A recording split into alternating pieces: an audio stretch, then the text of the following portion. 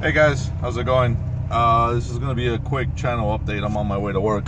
If you notice, my windows are down and my AC is not blowing. That is because my AC is completely and utterly shot. Last week it started blowing hot air, little by little. So Sunday was cold, Monday less cold, etc., etc. Ooh, that tunnel. So basically that happened. So now I am going to basically replace the entire refrigerant system on the AC side. So compressor, condenser, dryer, expansion valve, hoses, and probably even the evaporator.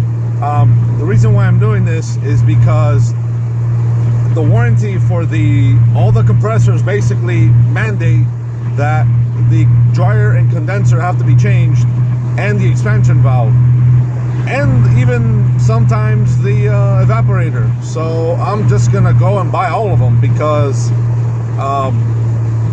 yeah, I mean, it's shot. It doesn't, the low side has about, I don't remember the numbers. I could probably post the links, but the low side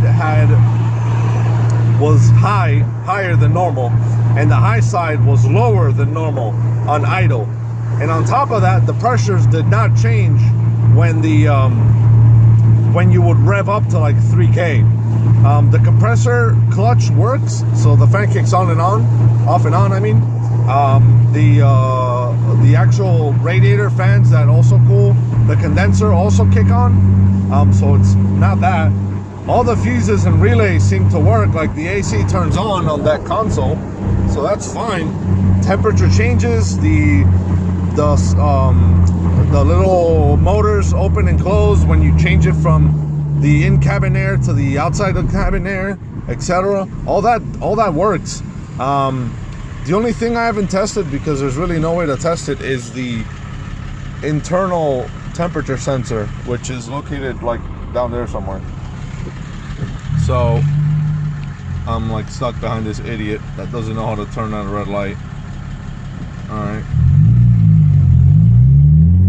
So, yeah, that's pretty much the situation. So hopefully I'll be able to get the parts. It's gonna run me, like, conservatively about $550 if I buy all the parts at Rock Auto. The other thing I could do is basically buy everything else at Rock Auto and buy the compressor at Advanced Auto Parts, and that basically gives me lifetime warranty essentially on that compressor. It'll suck if I have to use it, but at least it's there. The compressor is also a bit more expensive. It's around $350. That's the cheapest one that they have. Everything else is like over $1,000, which unfortunately I cannot throw at it. The Nissan ones are just ridiculous. They're like, I think $900 or $1,200. So unfortunately for me, that's a little bit out of reach, especially with everything else I gotta throw at it. So I mean, yeah, that's basically it. So I'm gonna be driving with the window down to work for a while. So, but hopefully this will make good enough content where it'll help some of you guys when you know, when this eventually happens to you, or somewhat. So I'm also getting a set of manifold gauges.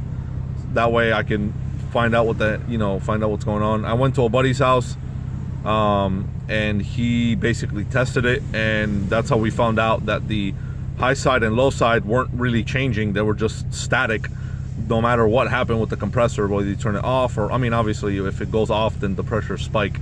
But if it's on, low side was high side was low, and it didn't change with RPMs.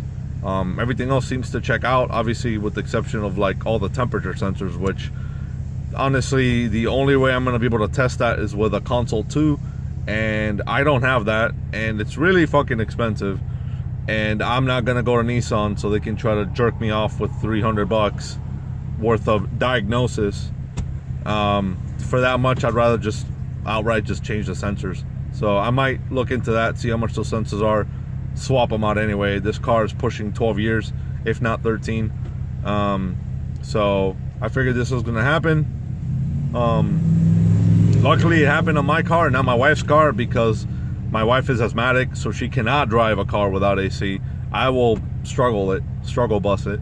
But yeah, so I'm kind of happy it happened to me and not to her if it was supposed to happen to somebody. But anyway, so yeah, that's it. Hopefully the next couple of weeks I can get this parts and start the installation progress. All right, guys, thank you again for watching, subscribing, sharing, all that good stuff. Please like, comment, subscribe, share it, have your mom see it, have your grandmother see it. I don't care, just share it. Whatever you can helps out. Really does, honestly, guys. I have about 3,000 subscribers. Not a lot when you look at some of the other channels, but I don't give a shit because I love each and every one of you guys. All right, thank you guys for watching and stay tuned. This is gonna be a hot one.